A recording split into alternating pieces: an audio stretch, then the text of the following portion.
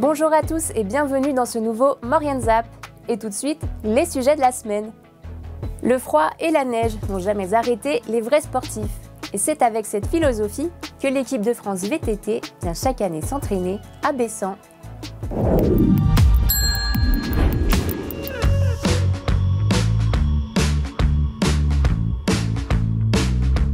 C'est à Bessan que l'équipe de France de VTT a, une fois encore, décidé de réaliser son stage de début de saison.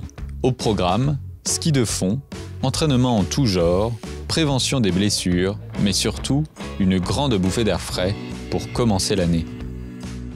Ça fait plus de 10 ans maintenant qu'on est ici au fond de la vallée de la Maurienne pour notre stage traditionnel de début de saison. Sur la semaine, on joue un petit peu avec toutes les activités du ski, beaucoup de ski de fond, un peu de ski alpin, un peu de ski de rando. Et puis mes kinés aussi font le travail avec les athlètes, tout le travail de soins, de prévention. Je leur dis de prendre vraiment ce stage comme une rampe de lancement pour la suite. L'idée, c'est pas de se cramer, c'est de faire vraiment 6 jours de bon travail, tranquille. Mais ici, je dirais qu'on fait un petit peu le moteur avec l'altitude, avec les activités nordiques. En fait, on se prépare aux grosses charges de travail qu'on va avoir après.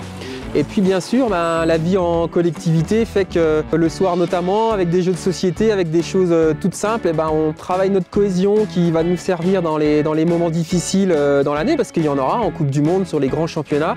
Moment très apprécié par les sportifs qui, en plus de leur entraînement, peuvent profiter de ce cadre idéal pour leur préparation physique et mentale. C'est un stage qui permet d'être en altitude, de faire un bon travail foncier à la bonne période, parce que là en ce moment, le but c'est vraiment de faire de l'endurance, donc que ce soit en vélo, en ski, à pied. On a une bonne équipe et c'est un peu le stage de transition entre la préparation hivernale et vraiment la préparation full vélo, donc voilà, ça fait du bien à la tête.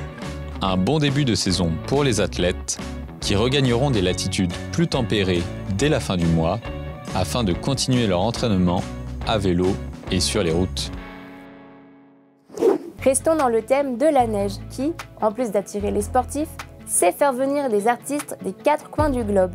Direction Valloire pour la 42e édition de la compétition de sculpture sur neige.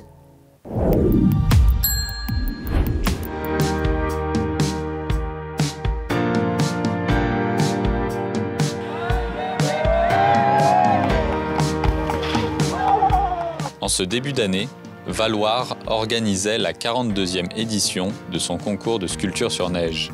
Un rendez-vous annuel ouvert aux artistes du monde entier qui aura cette fois rassemblé pas moins de 48 sculpteurs répartis en 16 équipes pour le plus grand bonheur de ses 10 000 visiteurs et habitués. Une édition magnifique avec des conditions météorologiques exceptionnelles et je trouve que cette luminosité, elle aide à magnifier les œuvres, donc on est pleinement satisfait de pouvoir présenter toutes ces œuvres d'art aux vacanciers et aux excursionnistes qui se sont déplacés aujourd'hui. C'est l'équipe québécoise qui a gagné le prix international ainsi que celui du jeune public avec son œuvre Québexpression.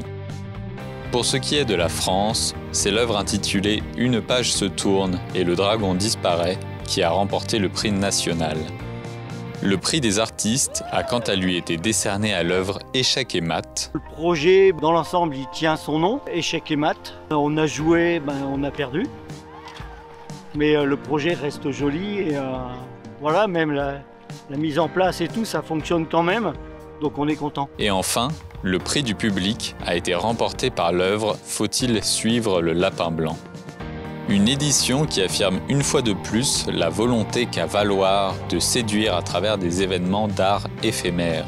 Sculpture sur neige, glace ou paille sont autant de moyens pour les artistes de s'exprimer au fil des saisons et autant d'opportunités pour les touristes de s'émerveiller au quotidien.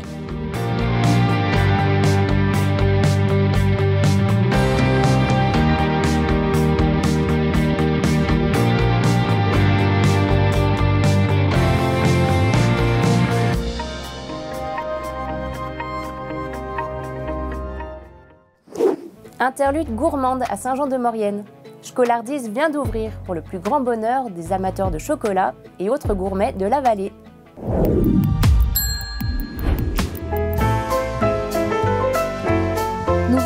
présente dans la petite famille des commerçants de Saint-Jean-de-Maurienne.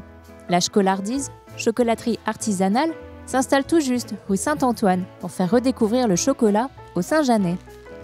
Et du coup, Chocolardise, ça vient de chocolat. C'est le nom de chocolat en savoyard et plus précisément d'Arvillard. Art pour artisanat et dise pour tout ce qui est friandise, gourmandise et tout ce qui rime avec le petit bonheur, le petit plaisir, quoi. La petite histoire de mon arrivée à Saint-Jean-de-Maurienne, elle remonte à 1980 ou 81. J'avais 1 an quand mes parents ils m'ont amené à Saint-Jean-d'Arve en vacances. Et ma seule impatience, c'était de revenir ici dans les montagnes de la Maurienne. C'était pour moi un terrain de jeu et de liberté que j'avais pas chez moi dans mon village, là où j'habitais. Et du coup, à l'âge de 6 ans, j'ai dit à mes parents que je voulais habiter ici. Les années ont passé et Sandra est bel et bien venue s'installer en Maurienne. De la restauration collective au taxi-ambulance, en passant par les remontées mécaniques, Sandra a embrassé différentes carrières depuis son arrivée dans la vallée. Et c'est avec envie et bonne humeur qu'elle retourne aujourd'hui vers son premier amour, le chocolat. Ici, je vous propose du chocolat pur beurre de cacao. J'ai donc les guimauves, les chocolats à base de ganache, les fruits confits enrobés de chocolat. Là, en ce moment, c'est l'hiver, j'ai des chocolats aux fruits de la passion. J'ai chocolat à la menthe poivrée, j'ai chocolat à la poire, j'ai des chocolats à la pomme cannelle.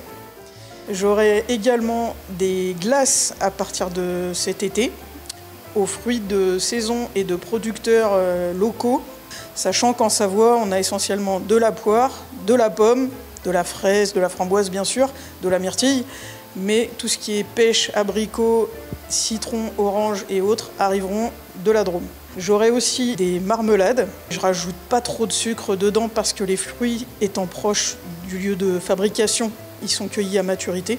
Pour Sandra, le chocolat est synonyme de partage. C'est pourquoi elle met un point d'honneur à faire profiter de ton savoir-faire au plus grand nombre. Dans le courant de l'année, je vais créer des chocolats avec un indice glycémique faible pour que les personnes à qui on a dit qu'ils n'avaient plus le droit de manger du chocolat parce que les diabétiques n'y ont pas droit, ils pourront quand même en manger un carré une fois de temps en temps pour se faire plaisir.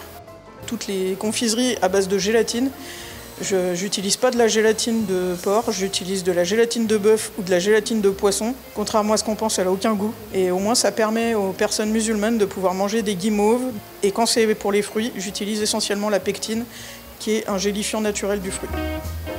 Et son amour pour la Maurienne, Sandra tient à le retranscrire dans ses créations. Donc ça, c'est ce que je produis ici, essentiellement pour les restaurateurs de la vallée. C'est le petit chocolat que vous retrouvez à côté de votre café. Et en fait, je suis partie d'une super idée, c'est-à-dire de mettre sur les chocolats des étiquettes avec les sites touristiques et les sites classés de la vallée. Comme ça, ça permet à tous nos chers touristes de passage dans notre belle vallée de pouvoir découvrir des sites que peut-être ils ne seraient pas allés voir, juste en ayant vu sur le café le site en question et la commune dans laquelle il se trouve. Chocolardise de Saint-Jean-de-Maurienne vous attend nombreux pour vous faire découvrir ces délicieux bonbons au chocolat. Voilà, le Zap, c'est déjà terminé. Merci d'être aussi nombreux à nous suivre. Retrouvez-nous sur les réseaux sociaux et sur les box. À la semaine prochaine!